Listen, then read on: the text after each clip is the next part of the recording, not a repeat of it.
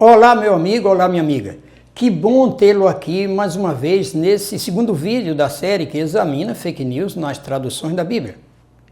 É importante ressaltar que você é uma parte integrante desse processo. O trabalho foi elaborado, foi produzido, mas para que esse trabalho chegue nas mãos, tenha o alcance de outras pessoas, você é uma parte integrante agora nessa engrenagem, na divulgação dele. Quando você se inscreve, quando você dá o joinha, quando você compartilha, você então se torna essa peça-chave para que esse material, para que a palavra, enfim, chegue às mãos de outras pessoas, tá bom? Vamos ao assunto.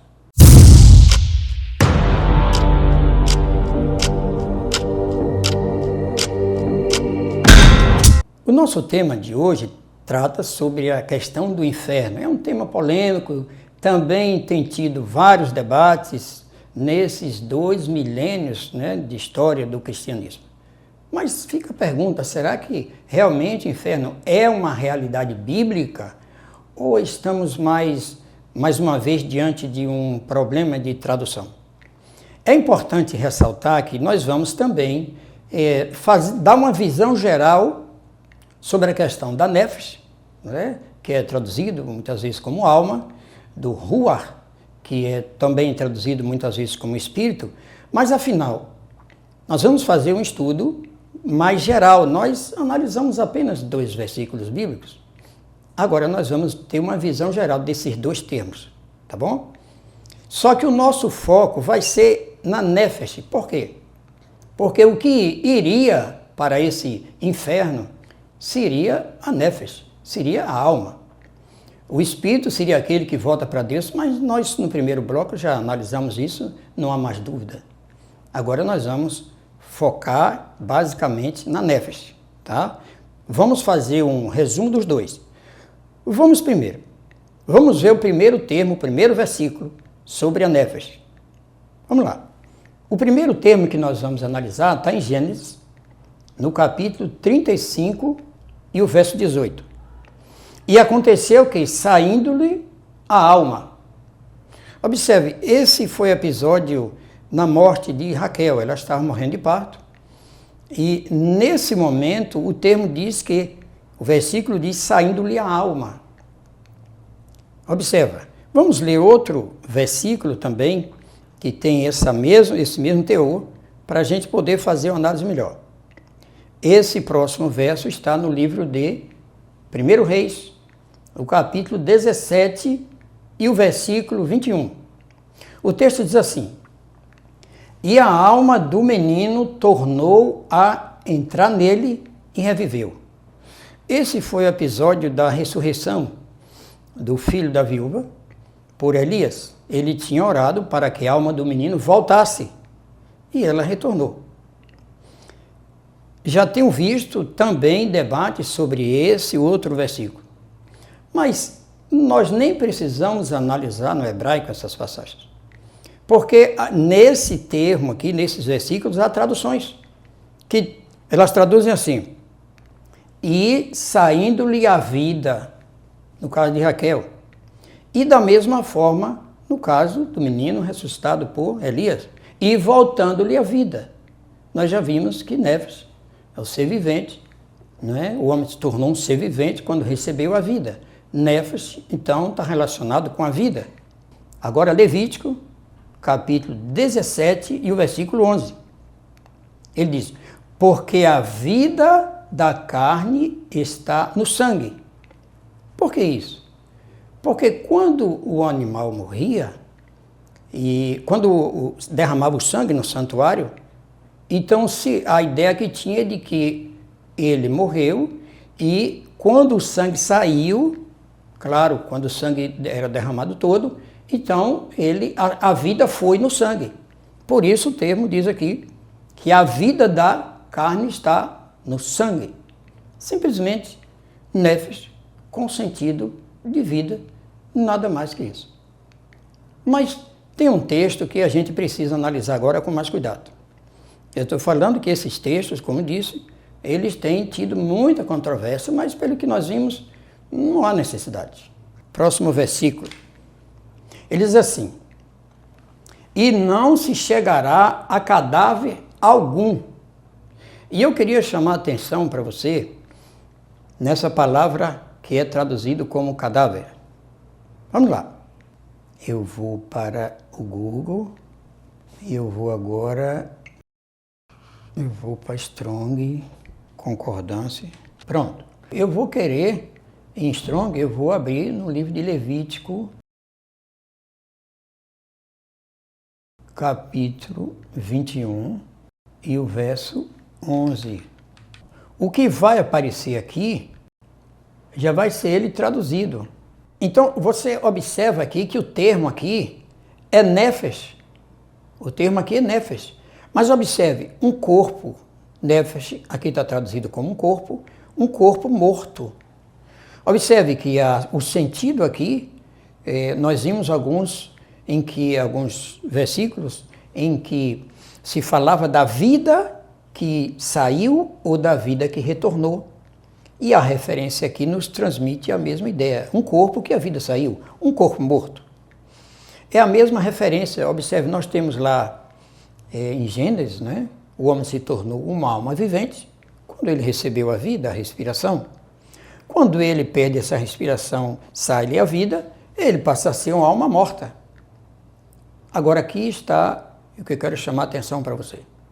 Então você observa que o termo é traduzido como alma, então o homem se tornou uma alma vivente, ou uma alma que saiu, a alma saiu dele, a alma retornou. Eu poderia encontrar uma tradução também falando de alma morta, né? Onde tem ali traduzido como cadáver, seria uma alma morta.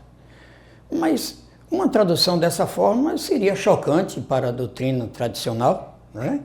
A doutrina predominante, alma morta, iria surgir muitos questionamentos, interrogações, e as pessoas iriam ser despertadas para a maneira como elas aprenderam, o conceito que elas aprenderam a respeito da alma, ou melhor, da nefesh. Portanto, nós vamos agora para a concordância e nós vamos ter uma visão geral do termo nefesh. Vamos lá. E agora você vai também conhecer agora o novo passo, se você não conhece ainda. Nós aprendemos como a gente busca um versículo.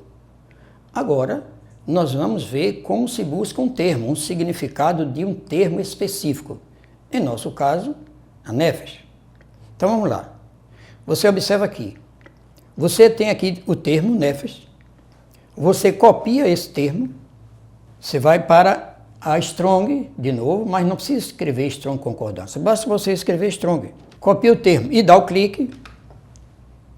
Aí você vai saber. E todas as vezes que você tiver em dúvida de algum termo que nós estivermos apresentando, é só você fazer isso. Você vai, então, você clica em cima, você copia, coloca Strong e põe o termo lá. E aí você vai saber qual é o termo que está se pesquisando. Então, observe aqui. Agora, você tem agora uma visão geral, você tem agora o significado, o dicionário, e ele traz agora, observe o significado que ele traz. Nefesh. Nefesh, uma alma, um ser vivo, vida, eu, né? Quando se diz assim, mas minha alma está profundamente triste, eu, né? Eu estou profundamente triste. Pessoa, desejo, paixão, apetite, emoção. Como você pode observar, você tem agora o texto trazido agora uma definição desse termo nefesh. E você tem aqui abaixo a concordância mostrando todas as passagens onde ocorre esse texto. E o que nós estamos examinando é a possibilidade do termo nefesh, que é traduzido como alma, ser trazido como trazer o significado de uma entidade que sobrevive à morte. Pelo que nós estamos vendo aqui, o significado, o resumo do significado da nefesh, nós vimos que a concordância não nos traz essa possibilidade. Vamos também fazer o mesmo exame com o termo Ruach. Vamos lá. Como você vê aqui, Ruach tem a ver com respiração, vento, espírito. E agora aqui também a concordância traz todas as passagens onde esse termo aparece.